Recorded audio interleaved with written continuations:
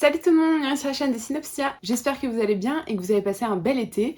Voilà, j'ai un petit peu déserté YouTube et les réseaux sociaux cet été parce que j'ai été pas mal occupée, pas mal prise, pas mal de remises en question, etc.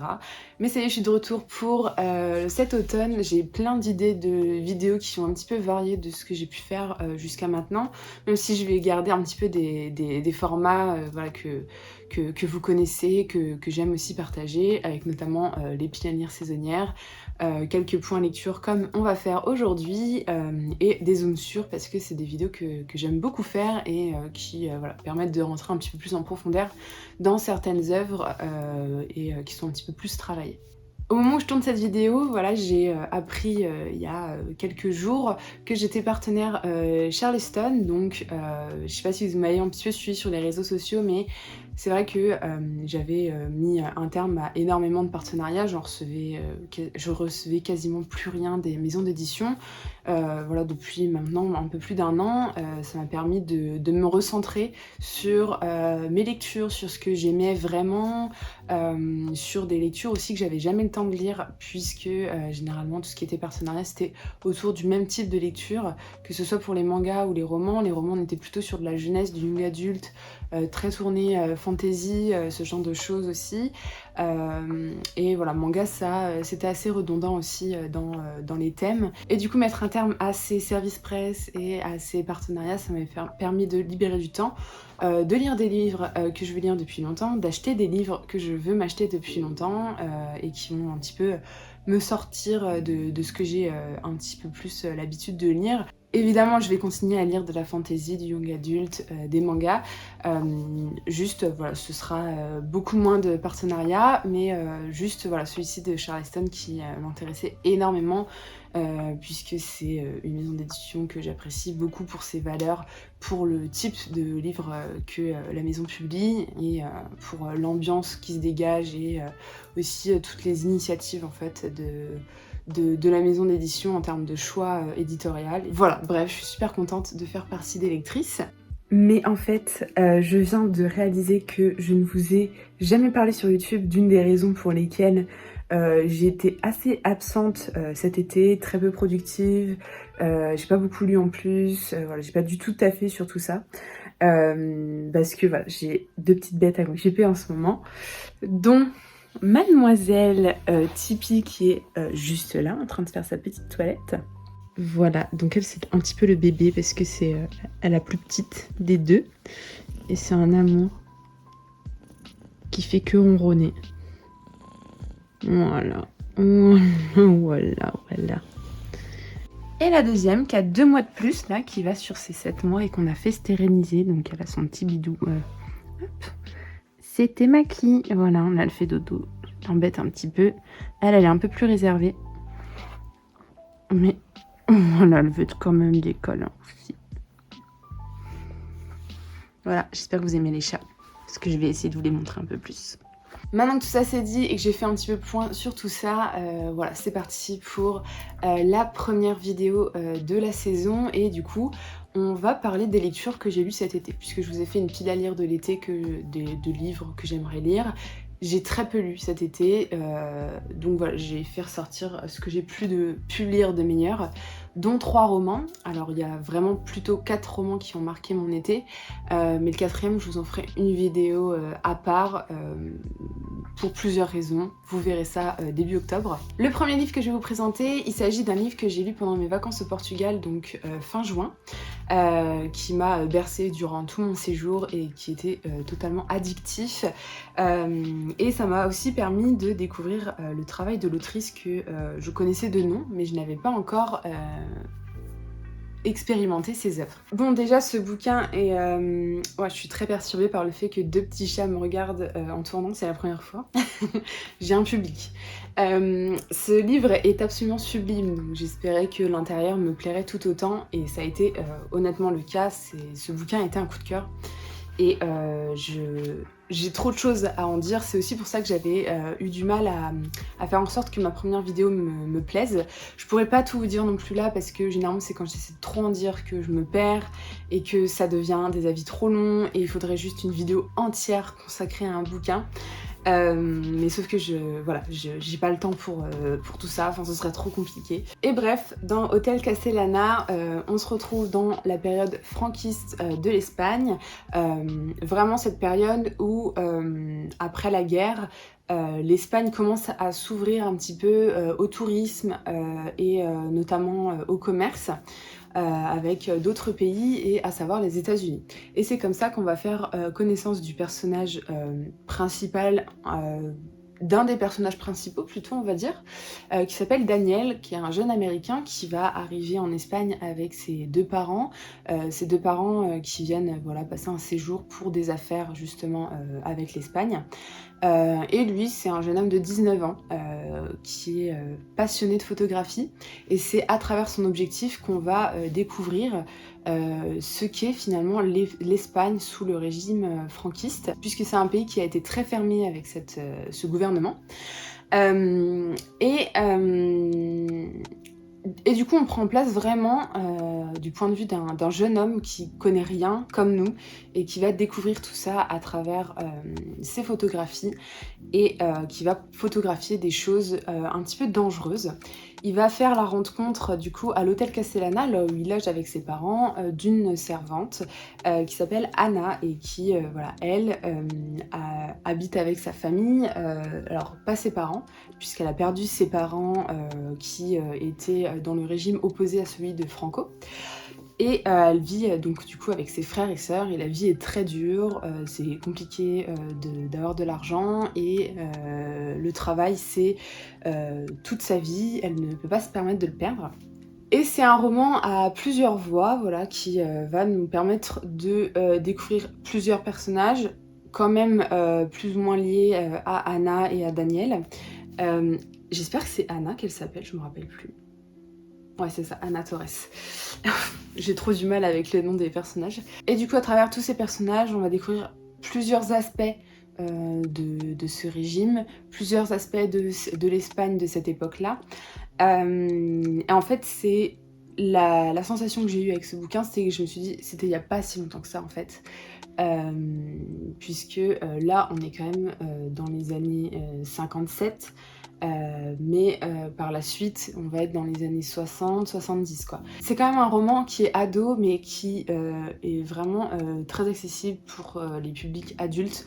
Ça a vraiment... Enfin, l'autrice a une superbe écriture, on sent le travail, ça lui a pris des années voilà, pour se documenter sur l'Espagne. Et en fait, son choix s'est porté sur un personnage externe à l'Espagne, puisque elle explique, en fait, à la fin, l'autrice, que c'est très difficile de savoir comment c'était de vivre sous ce régime-là. Même les Espagnols ont assez peu même envie d'en parler et on lui a souvent répondu qu'il fallait le vivre pour le comprendre et du coup c'était super intéressant de prendre place de ce point de vue-là, c'était hyper addictif, il y a énormément de chapitres mais c'est des chapitres très courts et du coup ça fait que le récit est hyper rythmé.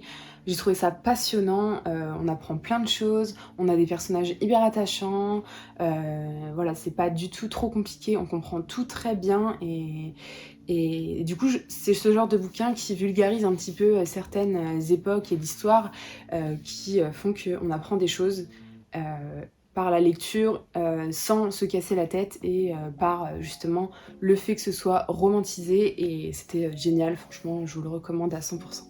Bon, j'ai trop parlé pour Hôtel Castellana, mais je m'en doutais. On va du coup passer au deuxième bouquin que j'ai lu pendant mes vacances au Portugal, et il s'agit du Chant d'Achille de Madeline Miller. Madeline Miller que j'ai déjà découvert avec Circé, que j'avais adoré pour ce roman qui était très axé féminisme avec le personnage de Circé. Et du coup là j'avais envie de la redécouvrir avec le Chant d'Achille qui...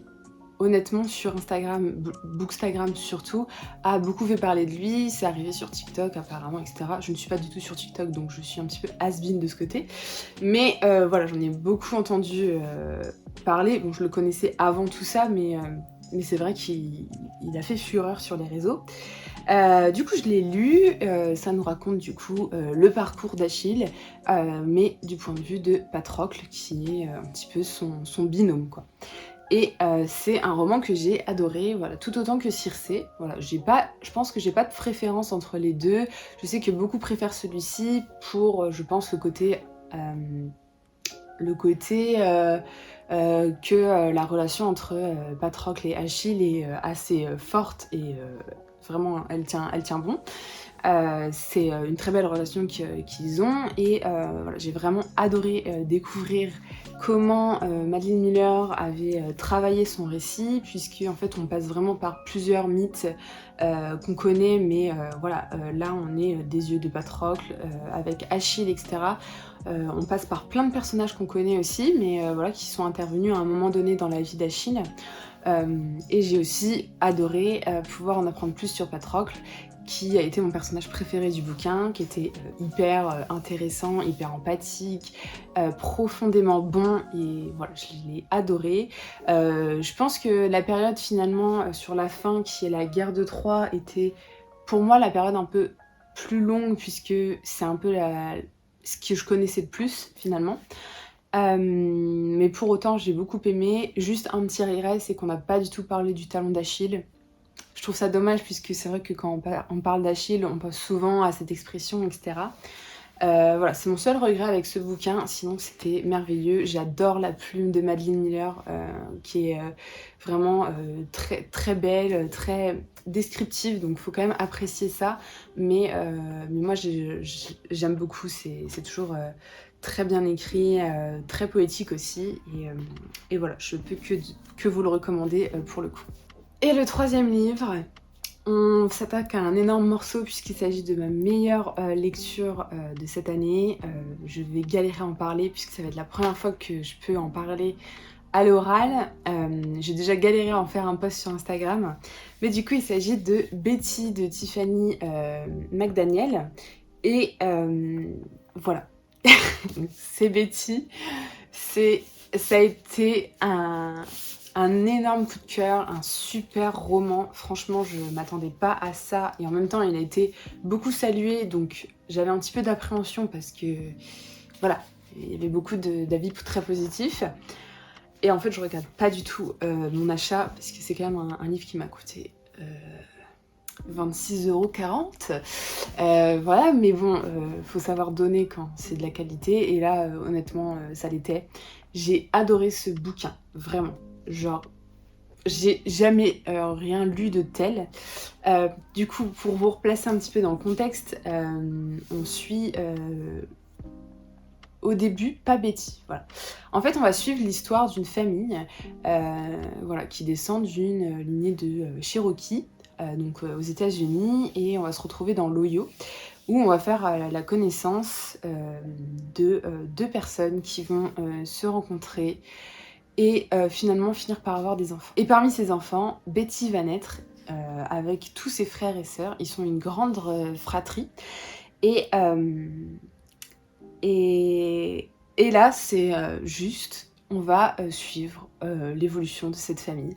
C'est assez contemplatif sur le début. Faut quand même s'accrocher un petit peu pour savoir où va nous emmener le récit, je trouve, parce que c'est quand même un énorme bouquin qui fait, je ne sais plus combien de pages, mais beaucoup de pages. Voilà, plus de 700 pages. Et du coup, sur le début, on se dit « Waouh, ça va être très long à tenir ». Et en fait, non. Puisqu'en fait, on prend vraiment le temps de poser un énorme contexte autour de cette famille qui est vraiment accablée par le racisme, la pauvreté. Vraiment, ils ont beaucoup de malheurs qui interviennent dans leur vie. Et le jour où ils décident vraiment d'emménager une bonne fois pour toutes dans l'Ohio, parce que la mère de Betty veut y retourner, là, c'est là où prend toute l'ampleur du récit, puisque c'est là que Betty va découvrir l'école, c'est là qu'on va en apprendre plus sur ses frères et sœurs, notamment ses sœurs. C'est un récit qui est vraiment très axé sur les personnages féminins. Alors un peu moins la mère, et par contre beaucoup plus le père. Du coup, ça fait beaucoup de diversité, des sujets hyper variés qui sont traités, des horreurs aussi. C'est un livre avec énormément de trigger warning. Mais vous prendrez énormément de plaisir à apprendre à connaître tous ces personnages qui sont vraiment très imparfaits. Voilà, on n'essaie pas du tout fleurir le tout, d'englober ça avec des paillettes. C'est vraiment un récit très poignant, très fort, qu'on vit à travers les yeux de Betty qui, au début du récit, doit avoir, je sais pas, 7 ans, un truc comme ça. C'est une enfant qu'on va voir grandir. On va voir exactement le moment où elle va perdre totalement son innocence. C'est hyper rude comme processus et voilà, c'était hyper intense comme lecture, beaucoup de péripéties au final dans ce bouquin. J'ai adoré les histoires un petit peu fantastiques racontées par le papa. J'ai adoré la grande sœur qui est hyper protectrice et en même temps qui est désemparée par beaucoup de choses. Voilà, c'est un livre, j'ai adoré ces personnages, j'ai adoré les idées, l'histoire, la dureté aussi du propos, mais la manière dont c'est traité, voilà, on tombe jamais dans le voyeurisme ou des trucs comme ça sur certains trucs. C'était vraiment hyper bien maîtrisé, j'ai trouvé, personnellement. Voilà, du coup, je me suis acheté le petit nouveau de Tiffany McDaniel qu'on a eu en France. Donc c'est L'été où tout a fondu, je crois. Voilà. Donc je vais me le garder pour un petit peu plus tard, le temps de digérer encore Betty, parce que j'y pense encore très souvent. Mais voilà, je vous recommande chaudement ce bouquin. Voilà, j'étais sûre que Betty ça allait être quelque chose pour en parler. J'ai essayé de faire au maximum réduit. Peut-être qu'un jour j'en ferai une vidéo consacrée tellement j'ai aimé ce bouquin. Mais voilà, juste vraiment foncer pour tout ce que ce bouquin aborde, qui est hyper varié, important et vraiment dans l'air du temps, je trouve. En tout cas, on va passer cette fois-ci au manga. Donc j'ai 3 mangas aussi à vous présenter, voilà. J'ai 3 mangas, 3 romans. Et on va commencer par Boy Meets Maria. Pour info, je vais essayer de lire un petit peu plus de one-shot manga pour vous faire des vidéos sur les one-shot manga que je recommande, puisque ça peut être des vidéos intéressantes, je pense, pour ceux qui veulent se lancer dans voilà, le graphique, plus précisément le manga, qui n'ose pas trop, parce que voilà, on a souvent l'idée du manga long, alors que c'est pas forcément vrai.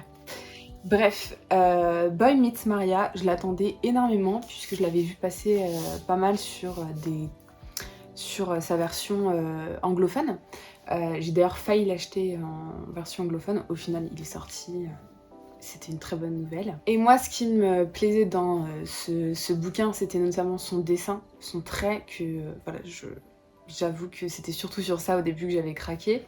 Et en fait, encore plus quand j'ai compris que c'était un manga qui allait pas mal questionner la question du genre. Dans ce manga, on va suivre Taiga, qui est un jeune lycéen plein d'enthousiasme. Voilà, il se rêve un peu en héros depuis qu'il a été bercé par des films où le garçon est censé toujours protéger les plus faibles, les filles.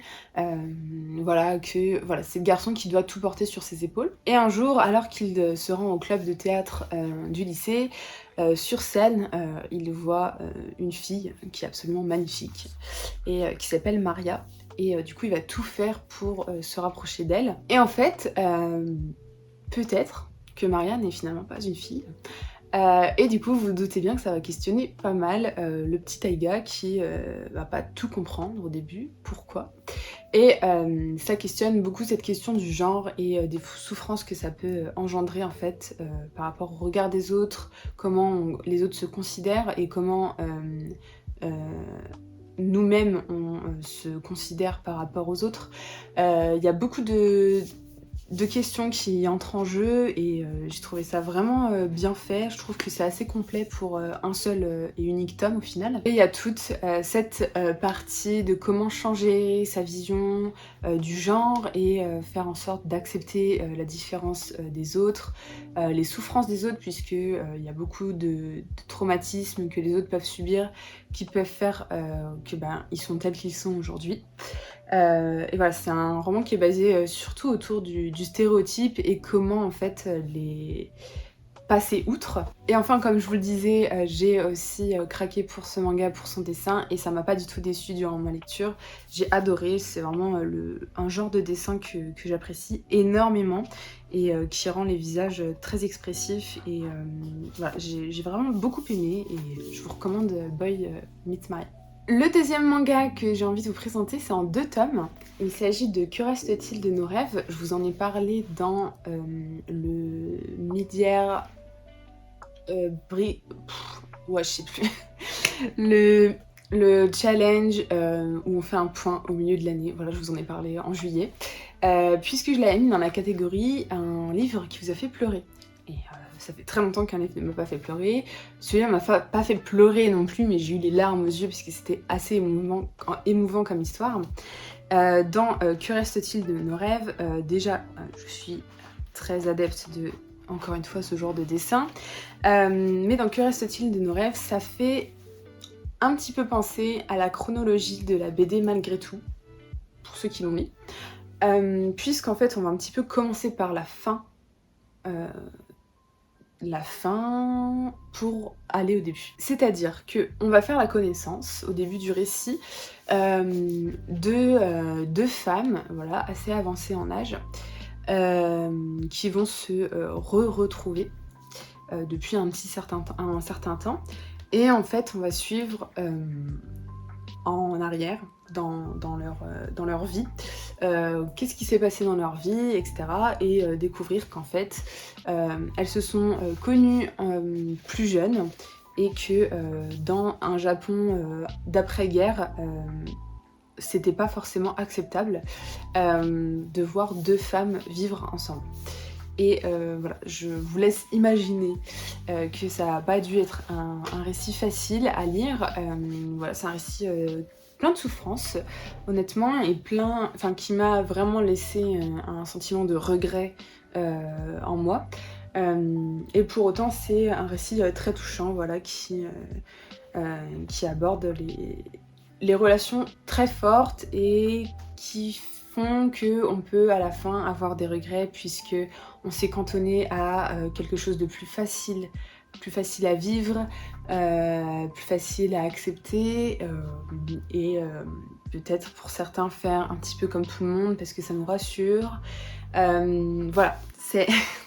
En fait, c'est pareil, en fait, ce récit, je peux pas trop vous en parler parce que ça va assez vite à lire et je vous laisserai le découvrir, mais j'ai beaucoup aimé les thématiques que ça abordait et comme je vous le disais, moi ça m'a énormément touchée et je trouve que c'est top d'avoir ce genre de manga traduit en français. Vraiment, je connaissais pas du tout et c'était une merveilleuse découverte. Et enfin, je voulais vous parler de Sunny Sunny Anne. Donc on le retrouvera chez Pika Graphics de Miki Yamamoto. De mémoire, je crois que c'est la seule œuvre qu'on ait de cette autrice et c'est un récit totalement en noir et blanc. Alors là, pour le coup, je vous dirais pas que c'est pour le dessin que je l'ai acheté concrètement. Puisque c'est pas trop mon type de dessin et au final il s'est avéré que ça fonctionnait très bien. Je trouve que ça laisse quand même la place à certaines expressions sur les personnages. J'ai beaucoup apprécié au final, même si voilà, c'est pas des plus esthétiques, ça fonctionne très bien et notamment pour le récit en plus. Puisque dans ce récit on va suivre du coup donc Anne qui est une femme très atypique puisque elle vit dans sa voiture, voilà. Elle casse les codes de la société et c'est ça qu'on aime puisque voilà, elle vit au jour le jour dans sa petite voiture, son capot de voiture lui sert de table, son siège de lit, etc. Et pour gagner sa vie, de temps en temps, elle va vendre son corps. Alors attention, elle va le vendre à des gens qu'elle connaît, voilà, des amants par-ci par-là, pas au premier venu. C'est des relations voilà, consenties. Et j'ai adoré ce récit qui déconstruit vraiment plein de standards, qui est un peu violent, un peu beaucoup, puisque voilà, Anne se laisse pas faire et elle répond à la violence par la violence, voilà, c'est donnant-donnant. Voilà, ça sort vraiment de ce qu'on connaît, du coup c'est très atypique, ça mérite d'être lu et d'être soutenu en France. parce que je veux plus d'œuvres comme ceci. Et voilà, j'ai vraiment adoré, franchement, c'était top. Et voilà, je pense qu'on arrive à la fin de cette vidéo. Ça me fait trop plaisir de retourner parce que ça fait un petit moment déjà, ça fait depuis juillet. Voilà, là j'ai hâte qu'on arrive un petit peu aux vidéos que j'ai encore jamais fait sur la chaîne. La prochaine sera la pile à lire de l'automne quand même. Faut pas déconner puisque j'adore faire des piles à lire. Et j'espère que vous de votre côté aussi vous lisez de très bonnes choses en ce moment. N'hésitez pas à me partager tout ça et à me dire si parmi tout ça il y a des choses que vous avez lues, pas lues, qui vous intéressent. Et voilà, n'hésitez pas à partager en commentaire. Moi comme d'habitude je vous souhaite de belles lectures et de bons visionnages et je vous dis à la prochaine vidéo. Salut!